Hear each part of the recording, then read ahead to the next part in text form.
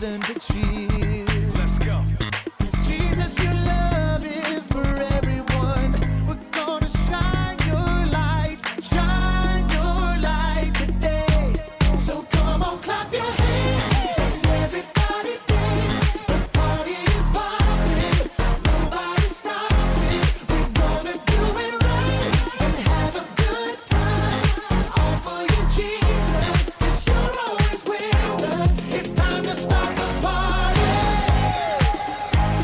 It's time to start the party. Oh yeah. All right. It's time to celebrate. It's time to get it started. The party's happening here. Yeah. Turn up the music loud. Dance like nobody's watching. We got a reason to cheer. 'Cause Jesus, your love is for everyone. We're gonna shine your light today. So come on, clap your hands and everybody dance. The party is popping, nobody's stopping. We're gonna do it right and have a good time. All for you, Jesus, 'cause you're always with us. It's time to start the party. Start it up. It's time to start the party. Oh yeah. It's time to start the party. It's time to start the party. All right, let's break it down one time. Get up now, party people, gather all around. No time to snooze, we gotta spread the news, so get on up and get down. Get up now, party people, gather all around. No time to snooze, we gotta spread the news, so get on up and get down. Get up now, party people, gather all around. No time to snooze, we gotta spread the news, so get on up and get down. Now go tell 'em about it. So come on, clap your hands and everybody dance. The party is popping, nobody's stopping. We're gonna do it right and have a good time. All for you, Jesus, 'cause you're always with us. It's time to start the party. It's time to start the party. Turn it up. Oh yeah. It's time to start the party. It's time to start the party. Oh yeah. Oh yeah. That's right. Hey, welcome to Story Lab. This week, we're talking about joy, while we take a look at the story of the end of the story, which is a pretty big reason to celebrate.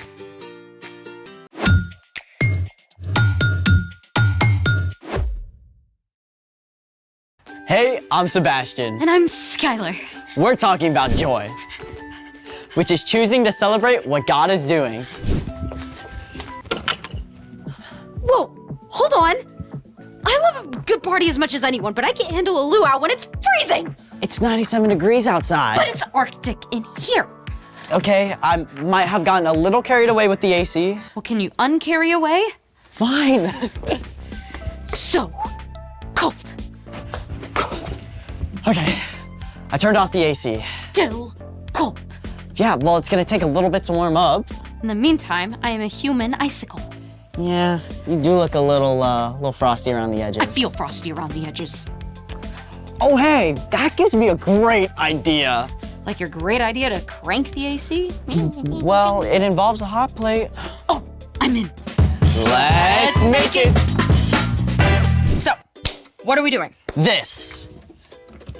Oh, I'm gonna need more detail. Well, we're gonna frost this window to make it look like the middle of winter. Really? That's cool.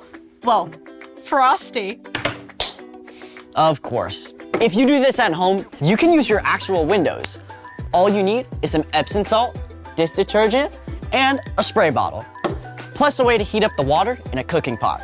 We're using this hot plate. Which means you'll need a grown-up to help. Step 1, you need to boil 1.5 cups of water.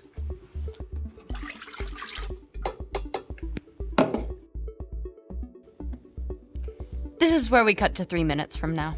3 minutes later! Oh, there it it's, is. It's boiling. Step 2, Once the water is boiling, slowly stir in 1 cup of Epsom salt. When water is boiled, the molecules move quickly, creating more space between them. This allows the Epsom salt, or magnesium sulfate, to dissolve and fill the space between water molecules. This forms a solution. Thank you, Sciencey Voice. You're welcome. Step 3. Remove the mixture from the heat and allow it to cool slightly.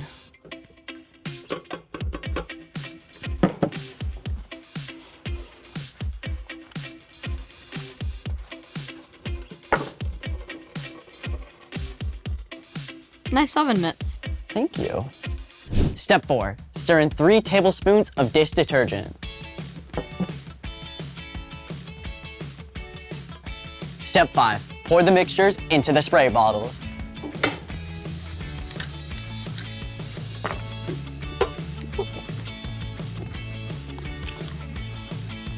I think that's good. Yeah, should be good. Step 6. Add some stencils just for fun. And step 7. Spray. Ooh, the fun part.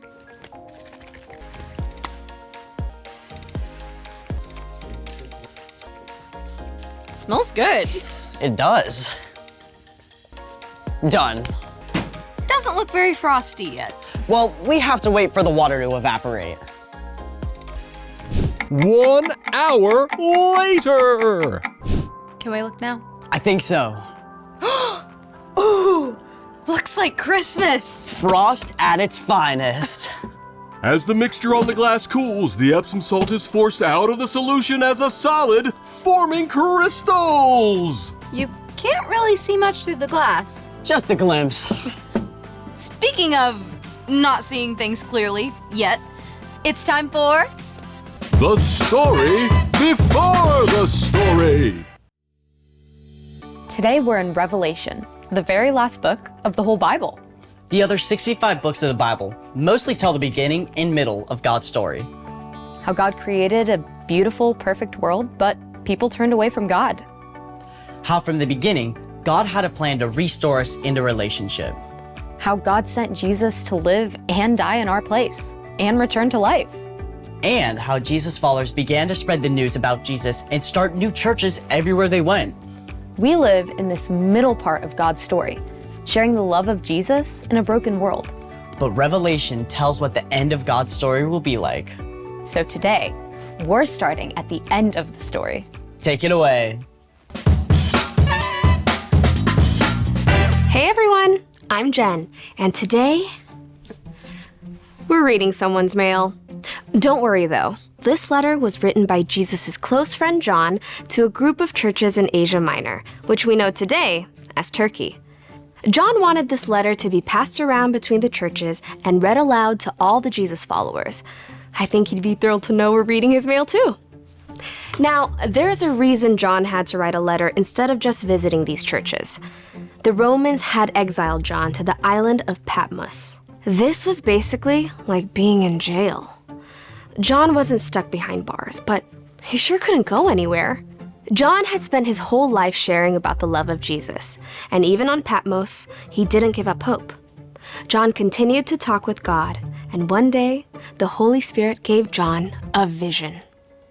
A loud voice like a trumpet called out, and Jesus himself appeared. Write on a scroll what you see.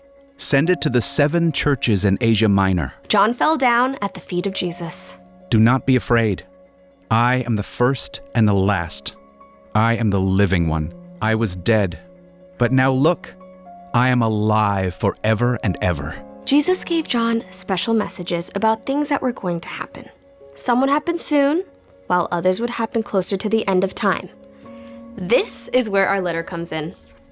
John recorded everything he saw and heard in a letter that later became known as the Book of Revelation. I, John, am a believer like you. I am a friend who suffers like you. As members of Jesus' royal family, we can put up with anything that happens to us. Some of the things that Jesus showed to John were terrible. Others were glorious. Most of them, to be honest, were really difficult to understand. But there was one part of the vision that John was most excited to share. The ending, that's the best part. I can imagine John weeping with joy as he wrote the last things that Jesus showed to him. I saw a new heaven and a new earth. I heard a loud voice from the throne. It said, "Look, God now makes his home with the people. He will live with them. They will be his people, and God himself will be with them and be their God." We know that God is always with us, but in the time John writes about, we'll be able to see and experience God with our very own eyes and talk with God face to face. And it just gets better. He will wipe away every tear from their eyes. There will be no more death, and there will be no more sadness. There will be no more crying or pain. Things are no longer the way they used to be. He who was sitting on the throne said, "I am making everything new." Imagine that. All we have ever known is a world full of brokenness. Even on our very best days, we struggle. We all know people who are sick or hurting. We know that there are people across the world who are hungry or don't have homes, or who are stuck in the middle of terrible wars. But here, Jesus promises that in the end, God will make everything brand new. For those who trust Jesus, there will be no more death, no more pain, or even tears. There will no longer be any curse. The throne of God and of the Lamb will be in the city. God's servants will serve him. They will see his face. His name will be on their foreheads. There will be no more night. They will not need the light of a lamp or the light of the sun. The Lord God will give them light. They will rule forever and ever. It's hard for our brains to think about forever. Maybe even a little scary, but life with God won't be boring. We'll get to continue working with God to take care of God's incredible creation. Just as each of us is uniquely made, God will have the perfect place for each of us to use our talents and gifts. There's so much we don't know, but we do know this. In the end, God will make right every single thing that's wrong, and our place in the story will be amazing. The end. Wow, it's so easy to think of heaven as just some floaty place in the clouds. With chubby baby angels and harps and stuff. The real story is so much more. So, what is our part in the story? Right now, we're in the messy middle of the story. This world is broken. We all experience difficult things, but when we follow Jesus, we know that this is not the end. The Apostle Paul wrote, "No eye has seen, no ear has heard, and no human mind has known. God has prepared these things for those who love him." So what God will do is way bigger than even our imagination. All the things you love here on earth will be made brand new. If God made you really good at something like running or music or science now, it's possible you may enjoy it even more in heaven. And all that stuff that makes you feel sick or sad or scared now? God will wipe all that away and make everything right again. But sometimes that feels really far away. You're right, but even in our broken world, God is still at work now. And we can partner with God to help heal some of that brokenness by sharing the love of Jesus. So we can focus on what God is doing right now. And what God will do when we get to live forever with Jesus. I think those are the very best reasons to celebrate. See you next time. So here's the thing. Celebrate what God will do. I am also celebrating that it is no longer freezing in here. That's a reason for joy. Let's party! Cue music!